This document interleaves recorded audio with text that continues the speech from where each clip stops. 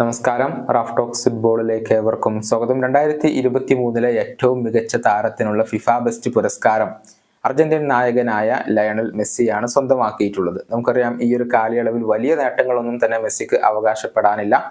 അതേസമയം മികച്ച പ്രകടനം നടത്തി മാഞ്ചസ്റ്റർ സിറ്റിക്കൊപ്പം ഒരുപാട് കിരീടങ്ങൾ നേടിയ ഏർലിംഗ് ഹാലൻഡ് 2ാം സ്ഥാനത്തേക്ക് പിന്തള്ളപ്പെട്ടിരുന്നു. ഇതോടുകൂടി ഫിഫ ബെസ്റ്റിനെതിരെ വലിയ വിമർശനങ്ങൾ ഉയർന്നിരുന്നു. എന്നാൽ ഇക്കാര്യത്തിൽ ഒരു വിശദീകരണം നൽകിക്കൊണ്ട് രംഗത്ത് വന്നിരിക്കുകയാണ് മാഞ്ചസ്റ്റർ സിറ്റിയുടെ ഇതിഹാസമായ റിച്ചാർഡ് ഡ്യൂൺ.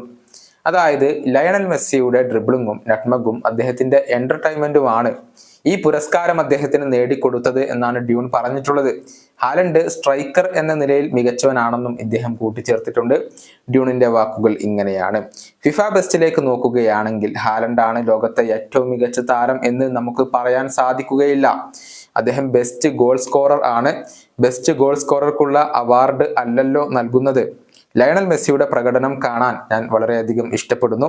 ചില സമയത്ത് അദ്ദേഹം അന്യഗ്രഹത്തിൽ നിന്നുള്ളതാണോ എന്ന് പോലും തോന്നിപ്പോകും. ഹാലൻഡ് അവിശ്വസനീയമായ ഒരു താരം തന്നെയാണ്.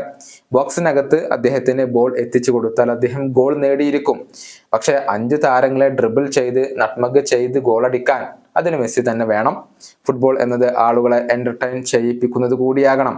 ആ അർത്ഥത്തിൽ മെസ്സിക്ക് ലഭിച്ചതിൽ ഞാൻ വളരെയധികം സന്തോഷവാനാണ്. ഇതാണ് മുൻ മാഞ്ചസ്റ്റർ സിറ്റി താരം പറഞ്ഞിട്ടുള്ളത്.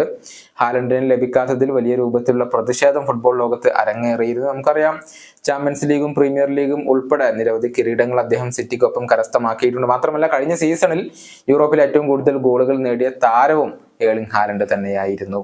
ഈ വീഡിയോയുടെ അവസാനിപ്പിക്കുന്നു. കാണാം.